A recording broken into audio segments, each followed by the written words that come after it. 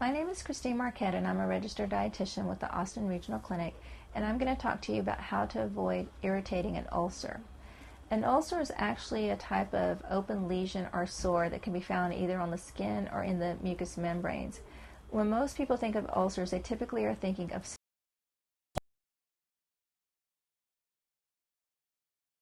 in the digestive tract called a duodenal ulcer, and that's in your duodenum or the upper part of your small intestine.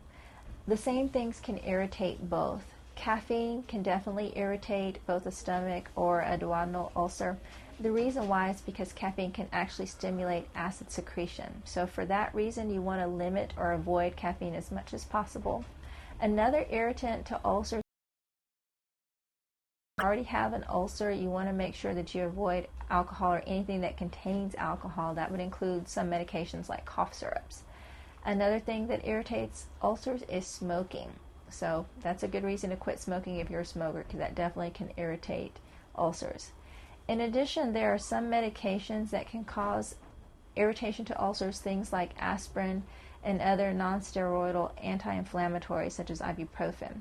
So once again, if you already have an ulcer, you need to avoid those types of medications because it can just increase your pain.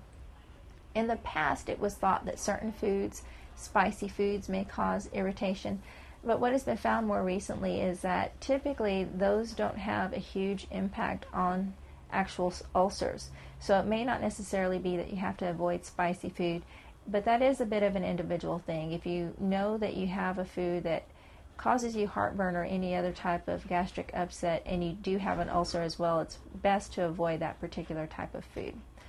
So again, in summary, for things that typically cause most irritation to ulcers, caffeine, alcohol, and smoking. Those are the three main things you want to avoid irritating an ulcer.